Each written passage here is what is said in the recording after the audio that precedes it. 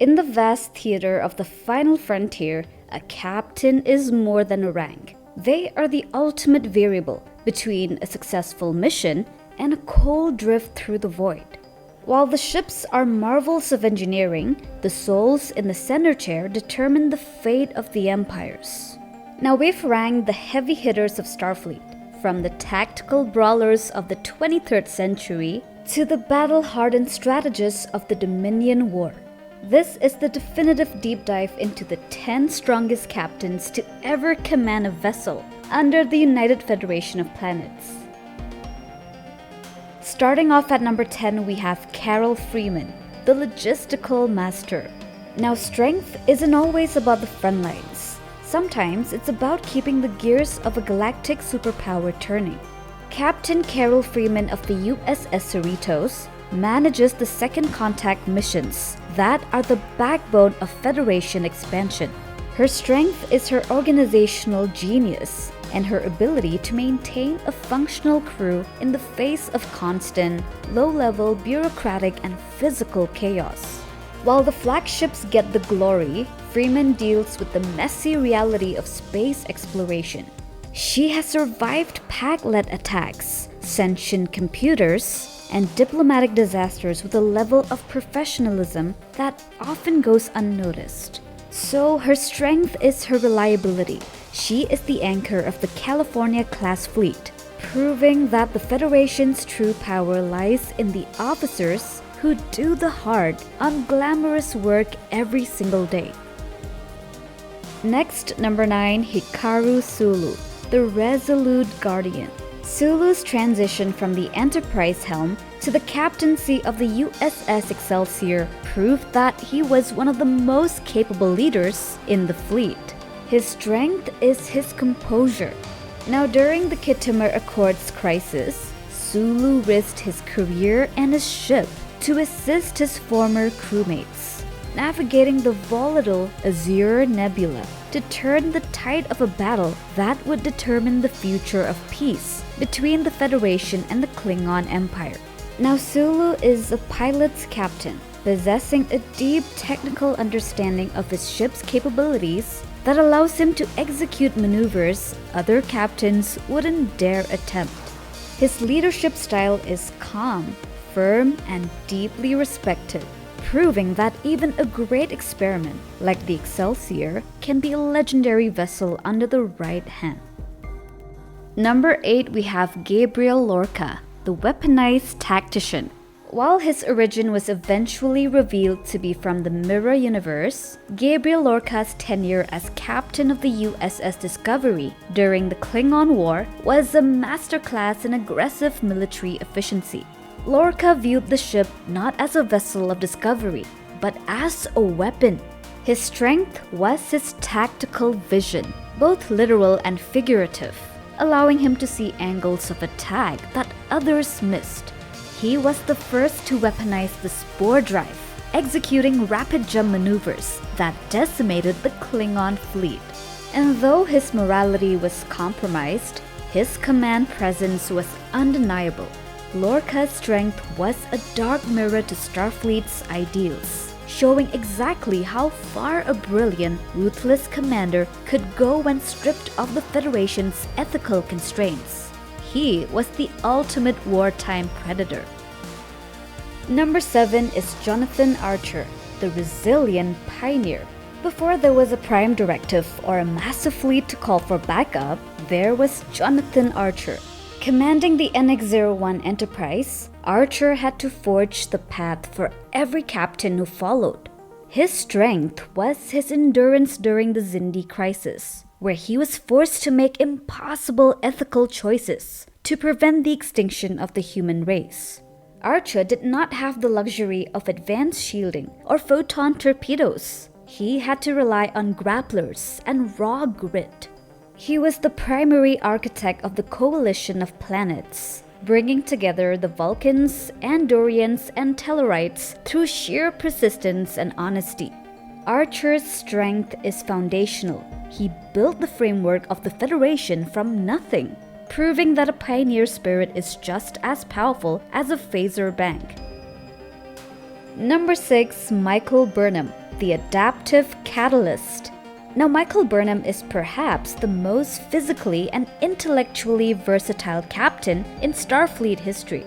Trained on Vulcan in the Logic Center, she possesses a heightened capacity for xenoanthropology and hand-to-hand combat. Her journey from a mutineer to the savior of the Federation across 2 different millennia shows a level of adaptability that is truly staggering.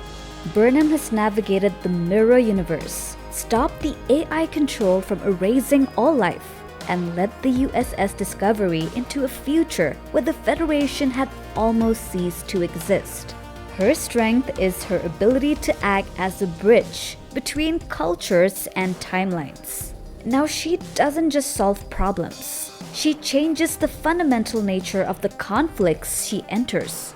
In the 32nd century, she became the anchor for a rebuilding galaxy, proving that her resilience is as eternal as the stars. Number 5 is Christopher Pike, the selfless beacon. Now, Christopher Pike represents a unique kind of strength, the courage to face a tragic future with dignity.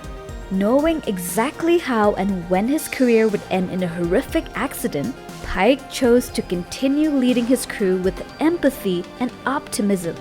This psychological weight would have crushed most officers, but for Pike, it served as a catalyst for his servant leadership style. He is a master of situational awareness, often letting his crew lead the way to find the best possible solution. His strength is his integrity. He is the Boy Scout of the 23rd century, but his kindness should never be mistaken for weakness.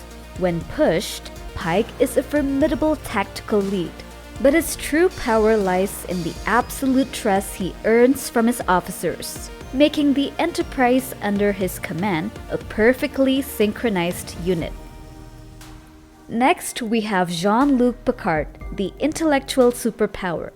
While others fought with phasers, Jean-Luc Picard fought with the sheer weight of his intellect and moral clarity. His strength is rooted in diplomacy and the Picard maneuver, which is a tactical warp jump that remains a staple of Starfleet Academy training. As the captain of the Federation's flagship, Picard faced threats that would have broken a lesser man, including his own assimilation into the Borg collective. Surviving as Locutus gave him a unique, haunting insight into the Federation's greatest enemy, which he later used to save humanity during the Battle of Sector 001. Picard's ability to act as the arbiter for humanity's existence in the eyes of the Q continuum demonstrates a level of mental fortitude and philosophical depth that is unmatched. He is the ultimate statesman, proving that the strongest weapon in any arsenal is a principled mind. Number 3 on the list is James T. Kirk, the legendary instinctualist. James T. Kirk is the gold standard for tactical improvisation. In an era where sensor ranges were shorter and ships were less automated, Kirk relied on raw instinct and a cowboy diplomacy that prioritized results over protocol. His greatest strength was his refusal to accept the concept of a no-win scenario, famously hacking the Kobayashi Maru tests to ensure his victory. Kirk didn't just outshoot his enemies, he outthought them, frequently tricking godlike entities and superior alien vessels into tactical blunders. Physically, he was one of the most capable hand-to-hand combatants in the fleet, surviving encounters with Gorn, Klingons, and Khan Noonien Singh. Kirk's command of the USS Enterprise defined an entire century of exploration, and his ability to inspire fanatical loyalty in his crew made his ship an extension of his own indomitable personality. Now at number 2, we have Kathryn Janeway, the Delta Quadrant survivor. Strength is often measured by what you can endure when the lights go out, and help is 70,000 light years away. Kathryn Janeway's command of the USS Voyager is a masterclass in long-term resilience and scientific adaptability. Forced to integrate a Maquis rebel crew and navigate hostile Borg space with limited resources, Janeway transformed her scout ship into a specialized dreadnought. Her strength is found in her unpredictability. She was likely to negotiate a peace treaty, as she was to infect an entire Borg unimatrix with a neurolytic pathogen. In the endgame scenario, her older self traveled back in time to provide her younger self with the armor and torpedoes needed to cripple the collective forever. Janeway's legacy is one of absolute defiance against impossible odds, proving that a scientist's mind can be the most dangerous weapon in the galaxy. And finally, number 1, Benjamin Sisko, the emissary of war. Now, Benjamin Sisko is the only captain on this list who managed to balance the duties of a high-level military commander with those of a religious icon. As the emissary of the prophets, Sisko possessed a level of spiritual and psychological influence that no other Starfleet officer could claim. During the Dominion War, he wasn't just a participant. He was the primary architect of the Federation's tactical response. His strength lies in his willingness to operate in the gray areas of morality. Whether he was tricking the Romulans into a galactic war or using biological weapons to flush out Maquis rebels, Sisko proved that his resolve was unbreakable. He commanded the USS Defiant, a ship designed specifically for combat, and he used it with a level of aggression that made even the Klingons take note. So, Sisko didn't just survive the war, he won it through sheer force of will. These captains define what it means to lead.